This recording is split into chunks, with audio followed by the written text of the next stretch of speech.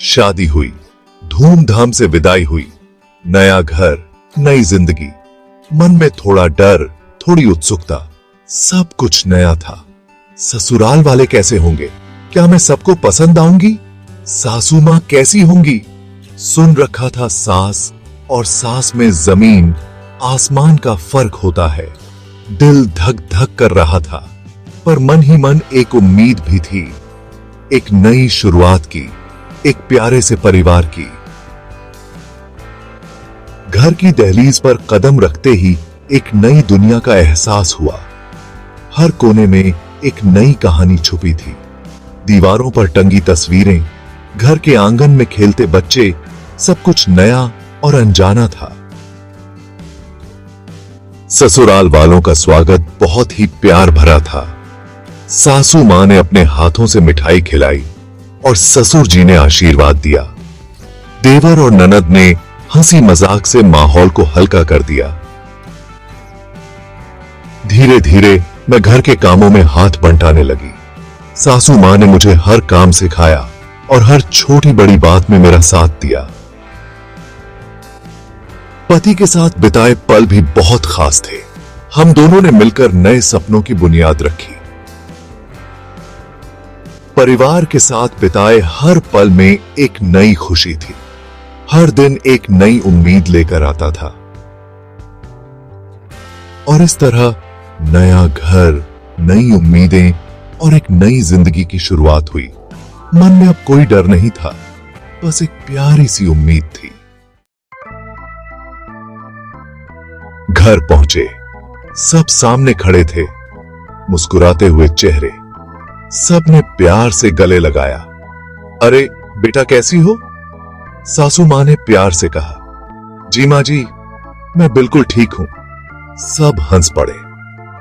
पता नहीं क्यों, शायद मेरा घबराया हुआ चेहरा देखकर एक नया सफर शुरू हुआ। नए रिश्ते, नई जिम्मेदारियां। सबसे बड़ी चुनौती थी सबके नाम याद रखना। चाचा जी, ताऊ जी, फूफा जी, बुआ जी। कौन किसका बेटा, कौन किसकी बेटी? बेटा ये लो चाय, तुम्हारे मामा जी आए हैं। तह मामा जी, ये मामा जी? कौन से मामा जी? मेरे तो कोई मामा जी नहीं है यहां। बाद में पता चला वो मेरे पति के मामा जी हैं। हाय राम, ये रिश्ते भी बड़े जटिल होते हैं। शादी के बाद हर दिन एक नई पहेली की तरह था। हर रिश्तेदार का नाम और उनका रिश्ता समझना किसी पहाड़ चढ़ने से कम नहीं था। कभी कभी तो ऐसा लगता था जैसे मैं किसी भूल भुलैया में फंस गई हूं। एक दिन मैंने सोचा क्यों ना एक फैमिली ट्री बना लूं, शायद इससे कुछ मदद मिले। लेकिन जैसे जैसे मैं नाम जोड़ती गई, वैसे वैसे ये और भी उलझता गया। मेरे पति ने हंसते हुए कहा, तुम्हें इसकी आदत हो जाएगी। लेकिन मुझे तो हर दिन एक नया नाम और नया रिश्ता सीखना पड़ता था। धीरे धीरे मैंने सबके नाम और रिश्ते याद कर लिए। अब जब कोई कहता है ये तुम्हारे मामा जी हैं, तो मैं मुस्कुराते हुए कहती हूं, हां मुझे पता है। अब ये रिश्ते मुझे जटिल नहीं लगते, बल्कि ये मेरे जीवन का हिस्सा बन गए हैं। हर नाम के पीछे एक कहानी है और हर रिश्ते में एक अपनापन। नाम याद रखने की ये जंग अब एक मीठी याद बन गई है और मैं इस नए परिवार का हिस्सा बनकर बहुत खुश हूं। किचन में तो जैसे महाभारत का युद्ध चल रहा था।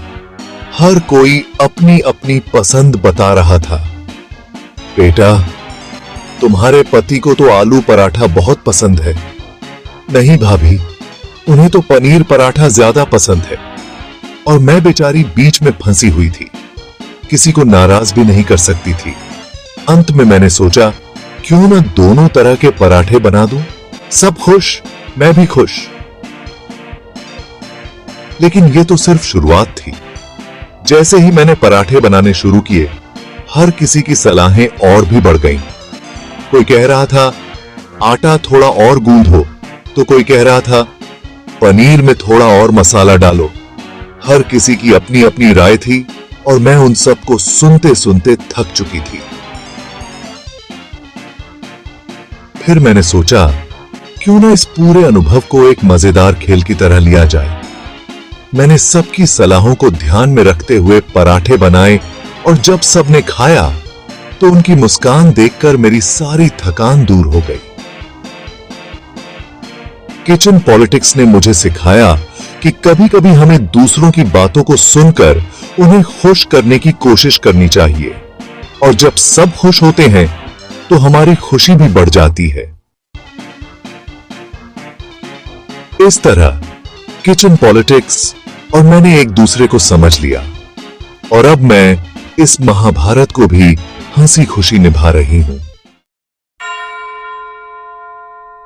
रोज कोई न कोई रस्म, कोई न कोई त्योहार, हर रस्म के साथ नए नियम, नई परंपराएं। बेटा, आज करवा चौथ है, तुम्हें व्रत रखना है। व्रत? पर मुझे तो भूख लग रही है। फिर भी मैंने सोचा जब सब कर रहे हैं तो मैं भी करूंगी। पर मन ही मन ठान लिया, अगले साल से पतिदेव को भी व्रत रखने के लिए मनाऊंगी। एक दिन मैं गलती से अपने देवर को उनका नाम लेकर बुला बैठी। सब हंसने लगे। अरे भाभी, आप तो बड़ी मजेदार हो। उस दिन मुझे एहसास हुआ कि हंसी ही दूरियां मिटाने का सबसे अच्छा तरीका है।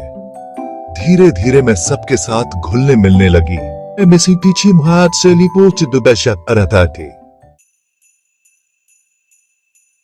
समय के साथ साथ सब कुछ बदल गया। सास ससुर मेरे मां बाप जैसे हो गए, देवर ननद भाई बहन जैसे। ससुराल अब मेरा दूसरा घर बन गया था।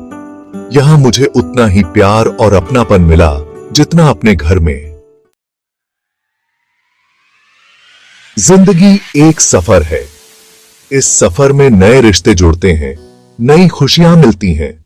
ससुराल उस सफर का एक खूबसूरत पड़ाव है।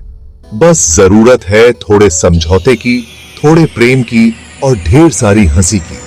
फिर देखिए, आपका ससुराल भी आपके लिए स्वर्ग बन जाएगा।